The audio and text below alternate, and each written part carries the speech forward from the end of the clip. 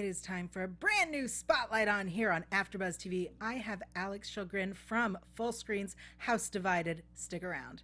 You're tuning into the destination for TV superfan discussion, AFTERBUZZ TV. And now, let the buzz begin. Hello and welcome to a brand new spotlight on here on AFTERBUZZ TV. If you have not already, go to youtube.com/AfterBuzzTV. Hit subscribe. We're also on iTunes and SoundCloud. I'm your host, Yael Tygiel. I'm so excited because we got lots to talk about. I have Alex Chalgren from Full Screen's House Divided. Welcome, Alex. Thank you, Yael. I'm so excited that you're here because this is going to be crazy. So let's talk about House Divided because I want people to understand what is happening here, right? House Divided is a docu-series. Well, or reality TV Docu-series. You're sounding classy. That has 5 episodes out. It airs Mondays on Full Screen. And a bunch of political millennials are living in a house together. Mm-hmm. Yeah.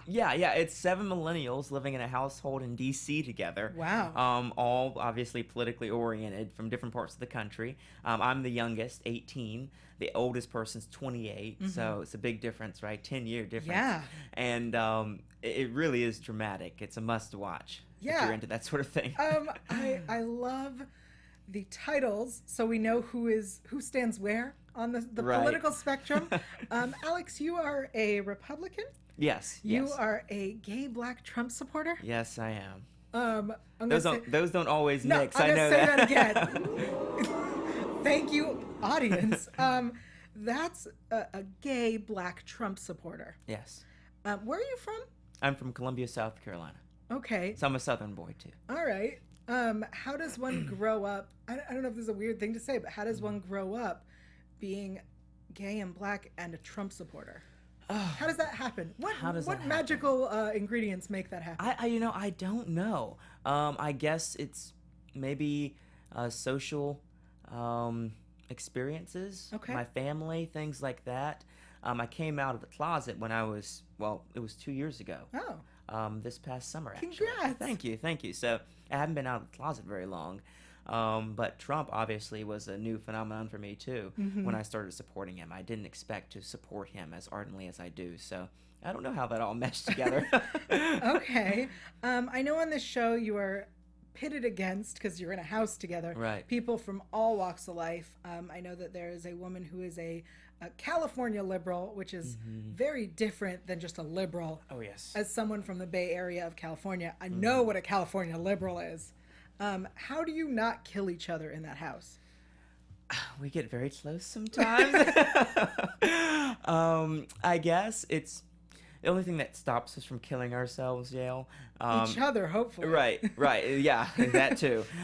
Is the fact that we're all Americans, and at the end of the day, we love each other. Mm-hmm. We have to. I mean, we're spending an entire month or so in a house together. Yeah, you guys are gonna be in the house until November 7th. Exactly. So it's a long experience, and it's something that either we get along or we don't make it, Yeah, no one gets voted out of this house. Exactly. That'd be great. Oh, that'd be such a great twist. The political system works. I want to know how you got involved with this show. Mm-hmm. How did you get there? Full Screen reached out to me via Facebook, which is the oddest thing. It was back in, I want to say February, actually, February or March. And they said, Alex, do you want to be a part of this reality TV show with millennials ranging from 18 to 28 in D.C., doing all these parties and all this sort of stuff? Do you want to be a part of this political show? And I was like, man, this has to be a spam, right? Yeah. Some spam message. And so I spoke to my mom and dad, and they said, well, might as well message them back, see what it is. And I did, and it turned out to be real. And from West Hollywood, and I was like, my goodness gracious. And so I had to get involved, and so I submitted my first video. They interviewed me, and they said they'd be back in touch with me. And so some months later, they said, you know what, Alex, I think you're the one. Wow. To represent this demographic. And I was like, wow, that's something else. So yeah, because it's crazy, the range of people they found. I think it's magic that they were able to find such diverse people in such a little amount of time. Yeah. Too, and when did you move into the house? I moved in June. Okay. Yeah. Whew. That's crazy. What is it like really living there? Is it what we see in the show, or is there stuff that happens that's not shown? There's a lot of stuff. Like, I think there's a lot more bonding than shown in the show. How they appear.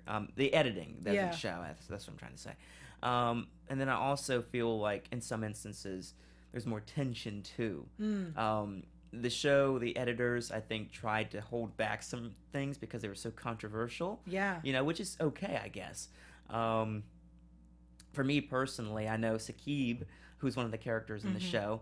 He's Muslim, and obviously I support Trump's stance on banning Muslims temporarily and things like that. And so some of his statements and some of my statements were in conflict, and that created a lot of tension. But they didn't put that in the show, for example. So there are things like that, you know. Why do you think they didn't put that in the show? I think because it would show how anti-American Saqib actually is at heart. Interesting. Yeah, because he believes we're a terrorist state. So I don't think they wanted to put that in there. So, yeah. What was the biggest surprise about being on this show? The biggest surprise. Yeah. I guess the biggest surprise for me is that I'm not as set in stone with my beliefs as I thought I was, and that I'm able to get along with people that I thought I was not allowed and not able to get along with, just because we're so different on so many issues, you know. Yeah. Especially because we're set up against each other politically, and it just makes for a crazy experience. But yeah, were any of the opinions swayed on this show? One person in particular, Cassidy Gard, got one of the characters, Will Hicks actually, to vote for Hillary at the end of the show. And that was a bit of a surprise for me. He was an independent, and he was like, I'm not sure if I'm going to support Trump or Hillary or just not vote. Then he ended up casting his vote for Hillary. Wow. And so they ended up winning the mock vote. So that's so interesting. Yeah. Are you guys trying to convince each other to... Always. Yeah? Always. Trying to switch each other's sides? Always. What kind of events are you guys going to and doing throughout the show? Because on a reality show, you have to have stuff to do other than just sit around at a house. Sure. Well, the way it's set up is that we'll have a particular topic, debate topic for a day, right?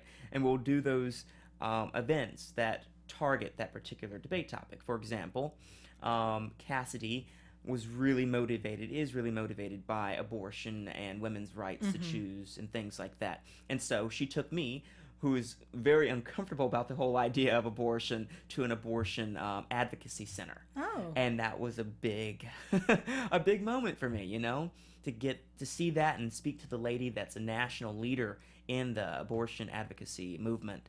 And women's rights movement. And then on my side, I'm a huge Second Amendment advocate and gun rights advocate. And so I took my entire household to the NRA Museum up in Alexandria, Virginia. And they got to see, wow, maybe guns aren't so dangerous after all. It's the people shooting the gun that makes the gun dangerous, you know? How interesting. So, did you guys shoot guns at all? No, we did not. Oh. I wish. But they did go and buy a gun. 2 guns. Really? They did, yeah. It was a social experiment, and they wanted to see, since Saqib was in his Muslim garb, and we had one other person as well, I can't remember who it was, go into a gun shop in Alexandria and see how easy it is for them to buy a gun, despite how they may have looked, and then also to see how many minutes it would take to buy a gun. Wow. Yeah. That's such an interesting experiment. Are there some experiments on the show that you wish you could have done, but you didn't get a chance to? Or are there issues that you'd like to address, maybe in 4 years when there's another season? Right. Let's see. Yeah. I can't think of one major one right now. Okay. I think we hit all the major topics of this election. Yeah. You know. Did you watch the debates together?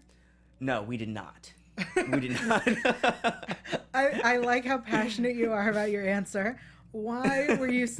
Did you want to, or are you glad you didn't? I think I'm glad we didn't, because I think that just would have created a lot more tension. Because as Cassidy once said, she said it's like a boxing match between the Hillary Clinton and Donald Trump. So it's pretty crazy. Yeah. You know. I want to ask a few things about Trump, because I think this is This is a good topic. This for is me. great, and I think this might be my only chance to talk to a Trump supporter and a gay black Trump supporter. So Is there anything Trump can do or say that would sway you? Because he said a lot.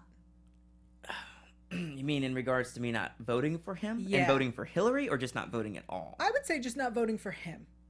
Well, I just want to know if there's anything he could say or do, words that could come out of his mouth that would make you go, you know, I don't think I'm going to vote for this man. I can't think of anything right now. Really? I mean, I really can't, because, I mean, the system's already bad enough, you know what I mean? Uh-huh. And I can't think of anything. So, Yael? as a gay man, Right. do you want to have a family someday? I'm going to get real political. Okay. Do you want to have a family someday and I get do. married and adopt? Yes.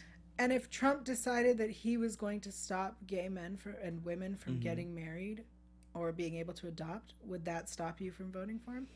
Or would you go, well, all right, I guess my future's over? Well, Yael, I know he won't do that. Okay. I know he won't do that, and I have a lot of faith in that, and that's why I still support him. Now, some of his policies I don't agree with. Such as? Like, the Republican platform is very anti-gay, but he isn't anti-gay, but the platform is anti-gay. But when it comes down to it, I have to look at whether he's going to put the country forward over Hillary Clinton's plan. And when it comes down to that, I believe that he will put the country forward and not Hillary Clinton will.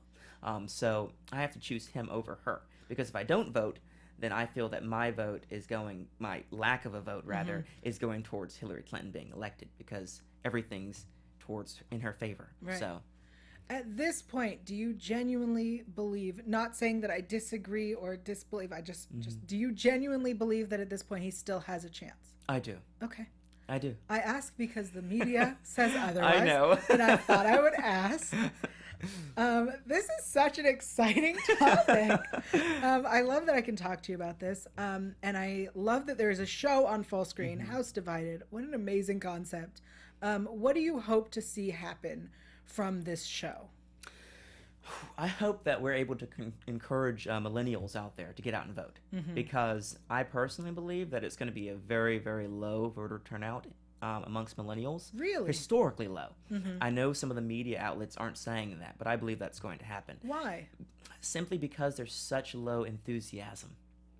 And according to something I read not too long ago, I think it was the Wall Street Journal, they said that Hillary Clinton and Donald Trump are more polarizing than Nixon was when he ran for re-election in 1970, which is amazing during the height of the Vietnam War. Yeah. And so that lack of enthusiasm will show in the lack of people going to the polls. And that really impacts millennials, because millennials are less, they're less inclined to go to the polls and vote. So. Yeah. Are you ready? You're ready to vote? Oh, I'm ready. I'm ready. I'm ready completely. Registered and you're 18. This is your first Yes. election. Have you made sure that you're also aware of all the other issues aside from just president? Because I feel like people forget that there's so much other stuff. Oh yes, senatorial, some gubernatorial running mates and stuff like that. And then there's all the local stuff. Local. Ugh. It's a lot. Oh, a lot to take in. Voting's so hard. It is. Why do you think it's important for millennials to vote? If they want to see change, you can't just talk about making change. You have to actually act upon that and make a change by voting. Yeah. And that's the only way you can make a change. Advocating, protesting, voting. Voting is the best form of protesting, because it's a radical way to change. And that's something that makes this democracy so great, You can get out there and vote and make a revolutionizing change for the better, for the future. It's really exciting. That's awesome. Thank you so much for joining us. Thank you, Yael. Why don't you tell people where they can tweet at you if they want to continue the discussion, or just be like, yeah. Sure. Guys, you can tweet at me at Alex Chalgren. A Chalgren is my Twitter handle. Also, I have an Instagram at Alex Blessing Rex. 97. No, excuse me, Alex Blessing Rex 16. And then you can obviously follow me on Facebook if you want to message me. And you're on Snapchat. And I'm on Snapchat too. My Snapchat is Alex_Blessing. Awesome. It's awesome. And House Divided is available on Full Screen. Comes out every Monday. There are 5 episodes. Really, go check them out. You can find me, Yael Tygiel, at everywhere at Yael Tygiel. That's YAELTYGIEL. And I have a podcast. It's free. It's called Intimate Interrogations. Sometimes it is filthy. Sometimes it is not.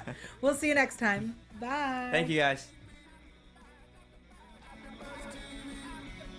From executive producers Maria Menounos, Kevin Undergaro, Phil Svitek, and the entire AfterBuzz TV staff, we would like to thank you for listening to the AfterBuzz TV network.